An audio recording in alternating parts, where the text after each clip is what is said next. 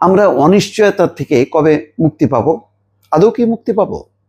15টা বছর দেখেন অনেকেই মানে আল্লাহর কাছে মোনাজাত করছি যে আল্লাহ, এই হাসিনার শাসন কবে শেষ হবে?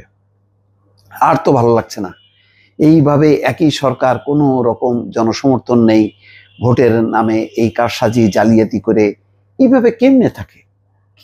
মানে কবে এর থেকে কিভাবে মুক্তি পাবো?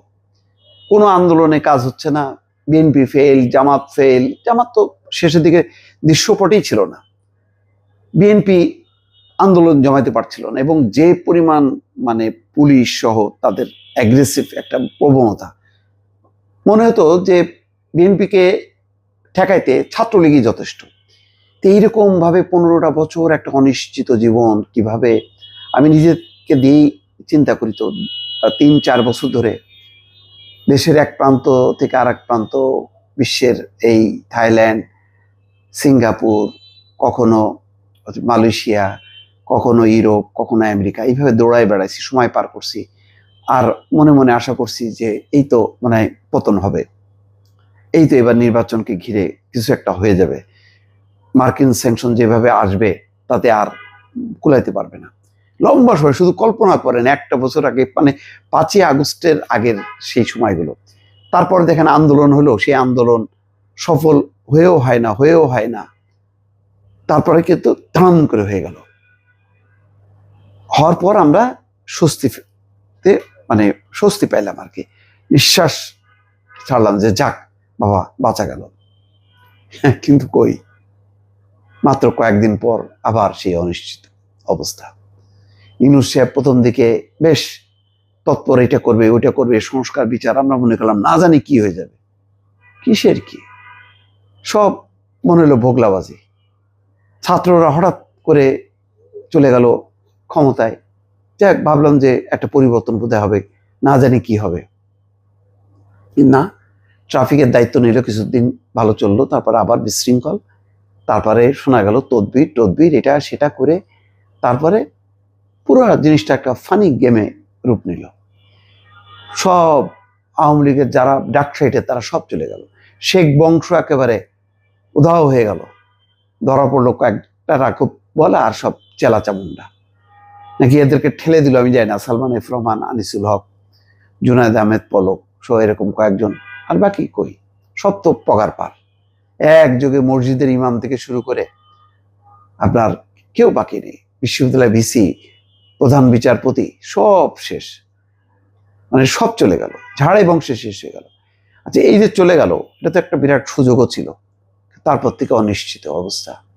তারপরে নির্বাচন, প্রথম মনে হলো দূর, নির্বাচনের দরকার কি, পাবলিকের মনে হলো ইউনূস সাহেবই থাকুক। ওমা, হঠাৎ করে এমন মব শুরু হয়ে গেল, কিছু দানব, এইটা হবে না ওইটা হবে না, নাটক ভাঙো, এই মঞ্চ ভাঙো, এই শোবিজের এই কি বলে বিভিন্ন প্রদর্শনী, যেই শোরুম উদ্বোধন, ওইটা ভাঙো, নাটক বন্ধ করো। ওমা, এ তো আর এক উৎপাত।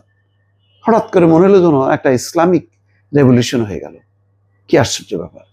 আমরা হচ্ছে গণতন্ত্র খুঁজতেছি, আর ওনারা খুঁজলো যে একটা দানবীয় রাষ্ট্র। কি আশ্চর্য! তাদেরকে দমন করা যায় না, কিছু বলা যাচ্ছে না, সবাই ভয় পাচ্ছে, বিশৃঙ্খল অবস্থা। একটা ইউনূস সাহেবের শাসন, কিন্তু তার মধ্যে মব হয়ে এখানে ভাঙতেছে, ওখানে আগুন দিচ্ছে, কোনো কন্ট্রোল নেই। তারপরে নির্বাচনের খবর নেই। বিএনপি প্রথম একটু নির্বাচনের কথা বললো, সবাই ঝাঁপায় পড়লো, এই তো এরা ক্ষমতার জন্য পাগল হয়ে গেছে। বিএনপিও চুপ মারে গেল। এমন চুপ মারলো যে পরে ডিসেম্বর, এত লম্বা সময় দিয়ে বললো যে ডিসেম্বরে আমরা নির্বাচন চাই। পরে দেখা গেলো মানে ডিসেম্বরও না, সে চলে গেল সেটা ফেব্রুয়ারিতে। এখন এসে হঠাৎ করে এর মধ্যে বেগম খালেদা জিয়ার অসুস্থতা, উনি বিদেশ কবে যাবেন, কে যাবেন না, অনিশ্চয়তা। তারেক রহমান আসবেন কি আসবেন না, অনিশ্চয়তা। তফসিল কি ঘোষণা হবে কি হবে না, অনিশ্চয়তা। সকল দিক থেকে অনিশ্চয়তা। আমরা কি বলেন তো? আচ্ছা, এই যে ডিসেম্বরে যে তফসিল হবার কথা ছিল, এই তফসিল বলতেছে কি কবে হবে এখনো জানি না। মিটিং নাকি আছে, 2য় সপ্তাহে হবার কথা। তো তো দ্বিতীয় সপ্তাহে হবে, মানে 15ই ফেব্রুয়ারির মধ্যে নির্বাচন হবে তো রমজানের আগে? কেউ বলতে পারবে? পারবে না। অনেকে মনে করেন যে না, এই নির্বাচনটা আসলে হবে না। তো বেগম খালেদা জিয়ার হঠাৎ করে অসুস্থতা একটা বড় একটা অজুহাত হয়ে গেল।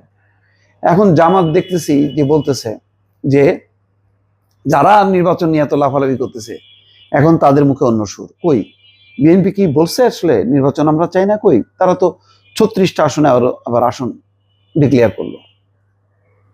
এনসিপি বলতেছে যে দলগুলো প্রস্তুত না, তফসিল পরে দিতে। তো তফসিল পরে দিলে নির্বাচনটা হবে কবে? বিচারের একটা ধাপ তো হয়ে গেল শেখ হাসিনার, এখন যতগুলো আছে সবগুলিতেই তো হইতে থাকবে একটার পর একটা বিচার।